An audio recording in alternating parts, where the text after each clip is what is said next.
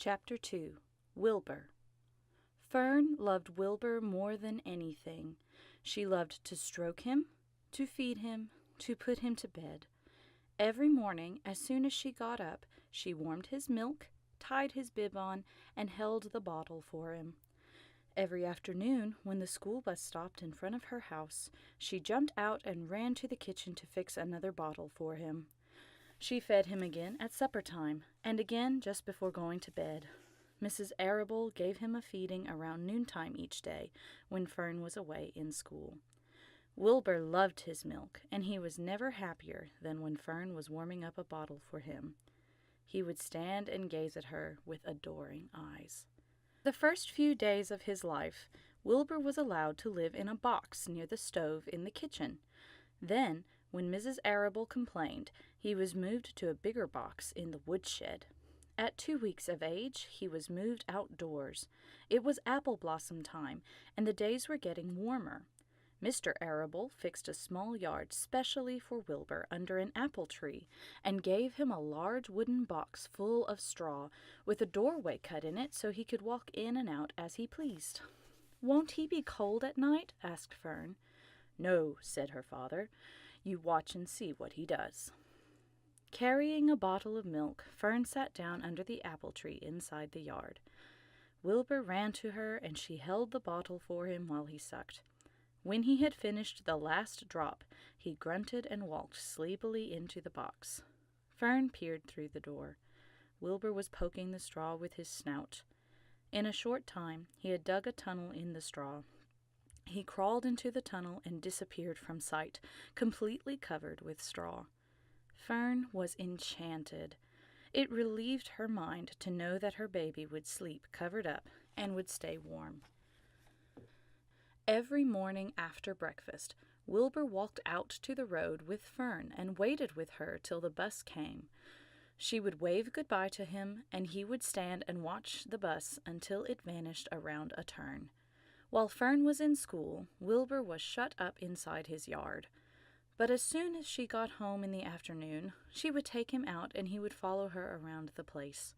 If she went into the house, Wilbur went too. If she went upstairs, Wilbur would wait at the bottom step until she came down again. If she took her doll for a walk in the doll carriage, Wilbur followed along. Sometimes on these journeys, Wilbur would get tired, and Fern would pick him up and put him in the carriage alongside the doll. He liked this. And if he was very tired, he would close his eyes and go to sleep under the doll's blanket. He looked cute when his eyes were closed because his lashes were so long. The doll would close her eyes, too, and Fern would wheel the carriage very slowly and smoothly so as not to wake her infants. One warm afternoon, Fern and Avery put on bathing suits and went down to the brook for a swim. Wilbur tagged along at Fern's heels. When she waded into the brook, Wilbur waded in with her. He found the water quite cold, too cold for his liking. So while the children swam and played and splashed water at each other, Wilbur amused himself in the mud along the edge of the brook, where it was warm and moist and delightfully sticky and oozy. Every day was a happy day, and every night was peaceful. Wilbur was what farmers call a spring pig, which simply means that he was born in springtime. When he was 5 weeks old, Mr. Arable said he was now big enough to sell and would have to be sold. Fern broke down and wept, but her father was firm about it. Wilbur's appetite had increased. He was beginning to eat scraps of food in addition to milk. Mr. Arable was not willing to provide for him any longer. He had already sold Wilbur's 10 brothers and sisters. "He's got to go, Fern," he said.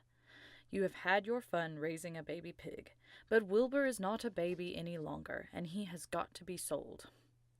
"Call up the Zuckermans," suggested Mrs. Arable to Fern. "Your Uncle Homer sometimes raises a pig, and if Wilbur goes there to live, you can walk down the road and visit him as often as you like." "How much money should I ask for him?" Fern wanted to know. "Well," said her father, "he's a runt. Tell your Uncle Homer you've got a pig to sell for $6 and see what he says." It was soon arranged. Fern phoned and got her Aunt Edith, and her Aunt Edith hollered for Uncle Homer, and Uncle Homer came in from the barn and talked to Fern. When he heard that the price was only $6, he said he would buy the pig. Next day, Wilbur was taken from his home under the apple tree and went to live in a manure pile in the cellar of Zuckerman's barn.